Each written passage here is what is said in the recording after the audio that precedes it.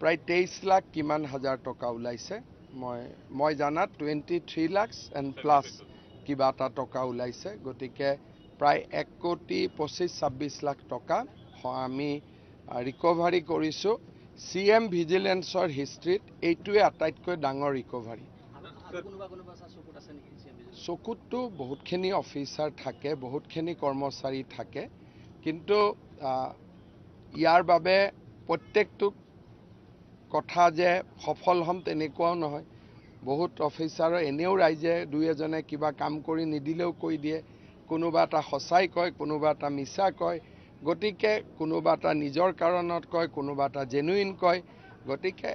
কিবা এটা এনেকুৱা নহয় যে সব অফিচাৰৰ পিছত আমি লাগি যাম কাৰণ অফিচাৰ সকলোতো আমাৰ অসমৰে মানুহ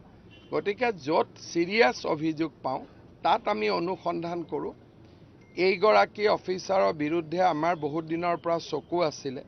বৰপেটাত তেওঁ কৰি যোৱা কামবিলাকৰ কাৰণে আমি ট্ৰান্সফাৰো কৰিছিলোঁ আৰু চকু ৰাখিছিলোঁ গতিকে য'ত যেনেকুৱা অভিযোগ আহে যদি সিৰিয়াছ অভিযোগ হয়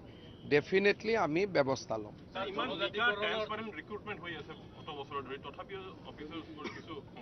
2019 চনত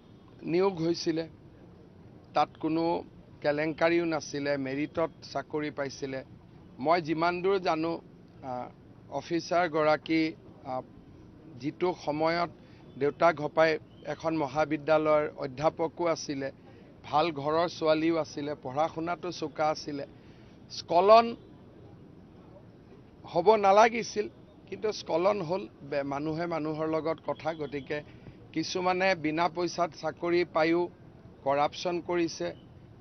কিছুমানে একেবাৰে কৰাপশ্যন নকৰাকৈ চলি আছে গতিকে সমাজত পাঁচটা আঙুলি একে নহয় সকলোকে একেটো কৰিব নোৱাৰি